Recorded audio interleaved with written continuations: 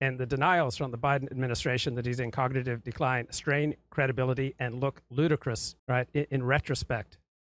That automatically places you in the category of a bad person, a barbarian, not part of the elite, not part of the anointed. You're outside of polite society if you say that Joe Biden is senile. But is that not the first word that rises to your lips? Is it much more natural to say Joe Biden is senile than to say Joe Biden is experiencing cognitive decline?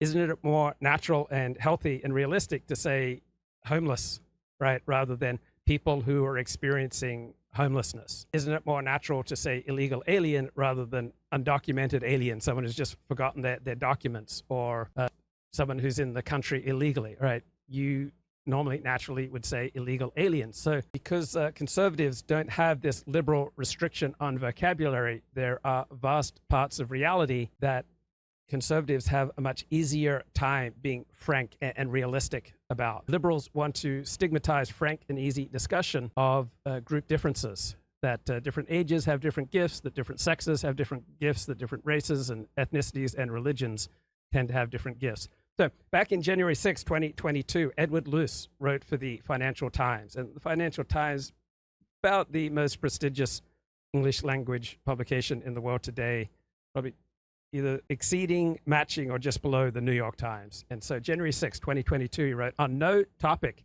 is the bifurcation of America's media more evident than that of the president's age. To the conservative media world, right, Joe Biden's imagined senility is a staple. Republican figures routinely call for him to take cognitive tests. The term dementia is bandied about. By contrast, the closest traditional outlets have come to addressing Joe Biden's age as an issue as a spate of reports since the low ratings of his Vice President Kamala Harris. So for the liberals, it is as if openly acknowledging Biden's advancing years will validate the right-wing conspiracy mongers. Well, it turns out the right-wing conspiracy mongers were right. Right now is now Biden's decline is undeniable, and so the media now have to cover it because it's totally undeniable. But that shouldn't be the job of the media. The media should be first on the scene, not last on the scene. It shouldn't be some rando Twitter account that's covering the news, and 6 months later, the media are like, hey, by the way, that rando Twitter account, turns out he was right. It should be the media. They're the ones with the most access.